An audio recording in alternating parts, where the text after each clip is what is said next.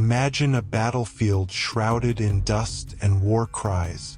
The scent of iron and sweat fills the air as warriors charge forward, fearless and relentless.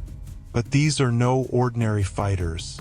These are the Agojie, the fierce warrior women of Dahomey, the protectors of a kingdom, the terror of their enemies. For over 2 centuries, they defied the norms of their time, proving that courage knows no gender. But who were they? And how did they rise to become one of the most formidable female fighting forces in history? This is their story. How did a group of women become one of Africa's most feared military forces? Why did European colonizers try to wipe out their legacy?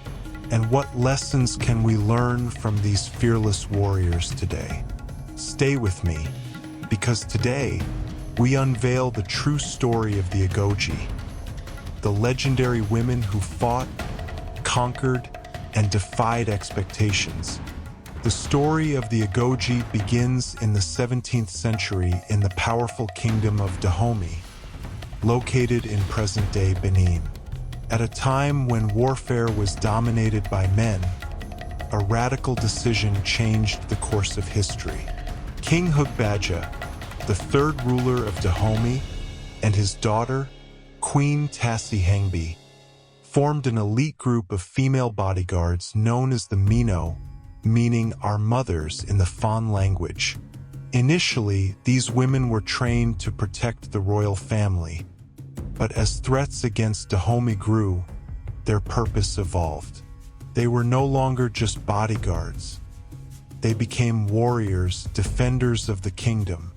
Under King Gizo, 1818 to 1858, the Agojie, the fierce all-female warriors of Dahomey, reached the height of their power.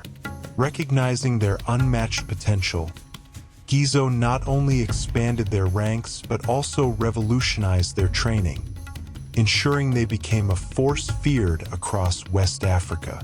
Their preparation was grueling. More than just tests of brute strength, it demanded extreme endurance, strategic thinking, and unwavering discipline. Women from all walks of life were recruited into their ranks. Enslaved women seeking a new identity, orphans with no place to call home, even daughters of noble families eager to prove their worth. Regardless of their past, they were forged into lethal warriors through relentless drills, weapon mastery, and intense survival training. They learned to navigate treacherous terrain, wield razor-sharp machetes with deadly precision, and fight with an unshakable resolve. Upon joining the Agojie, they took a solemn vow of celibacy, severing ties with their former lives to devote themselves entirely to battle. Theirs was a sacred duty to protect the kingdom at all costs. Through blood and sweat, they became more than just soldiers. They became symbols of strength, unity, and unyielding loyalty to Dahomey. The path to becoming an Agojie was brutal. Only the strongest, fastest, and most determined survived the grueling training. Physical conditioning, running for miles, lifting heavy logs, and performing extreme endurance tests. Combat training, mastering sword fighting, archery, hand-to-hand combat, and even psychological warfare. Battle tactics, learning formations, stealth attacks, and siege strategies. Leadership and strategy, developing skills to command troops in the heat of battle. Spiritual protection, undergoing rituals, carrying charms, and invoking the spirits of ancestors for guidance. A young recruit endured years of training before earning the right to fight. The final test? A real battle where survival was the only graduation ceremony. Now let's talk about war. Because if you thought the Agojie were just a symbol of power, think again. These women were not mere warriors for show. They were the backbone of Dahomey's military might. Trained to be fearless, relentless, and utterly ruthless, they fought with unmatched ferocity, striking terror into the hearts of their enemies. They did not hesitate, they did not falter, and they certainly did not surrender. When they marched onto the battlefield, they did so with one goal: to conquer or die trying. These women fought, and they fought hard. The Agojie were not just warriors. They were legends on the battlefield. Their enemies feared them. Their allies revered them.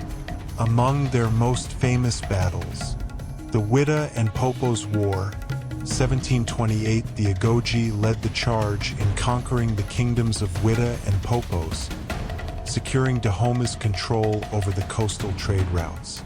The Attahapam's War, 1840, these warriors stormed and captured the fortress of Mehi, solidifying Dahomey's dominance. The Agba-Dahomey Wars, 1851 and 1864, one of their most intense battles. The Agojie faced off against the formidable Egba warriors. Though they fought with unmatched ferocity, heavy casualties marked the beginning of their decline. The Franco-Dahomeyan War, 1890 to 1894, as European colonization threatened their lands, the Agojie stood as the last line of defense against the French.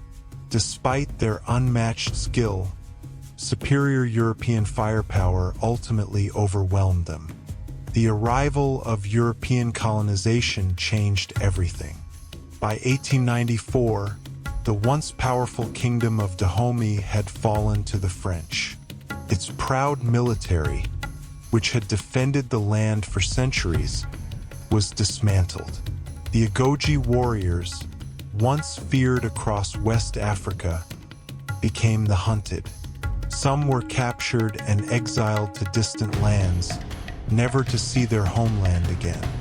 Others were imprisoned, forced into hard labor, or sold into servitude. A few managed to escape, blending into society, marrying and starting new lives. But they could never truly forget who they were. The French worked tirelessly to erase their existence. They burned historical records, destroyed sacred relics, and suppressed oral traditions that celebrated the Agojie's courage. Statues were torn down, and songs of victory were forbidden. The world was meant to forget them, but history is not so easily erased. The people of Dahomey whispered their names in secret. Mothers told their daughters stories of the fearless women who once defended their kingdom. The memory of the Agojie lived on, passed down through generations. Though the warriors were gone, their legacy refused to die. The Agojie may have disappeared from the battlefield, but their legacy still lives on. They inspired the Dora Milaje in Black Panther. They were honored in the movie The Woman King. Their story is finally being taught and celebrated worldwide. The Agojie were more than warriors. They were symbols of strength, resilience, and the unstoppable power of African women. Their story reminds us that no matter how much history tries to silence the voices of the past, some legends refuse to be forgotten.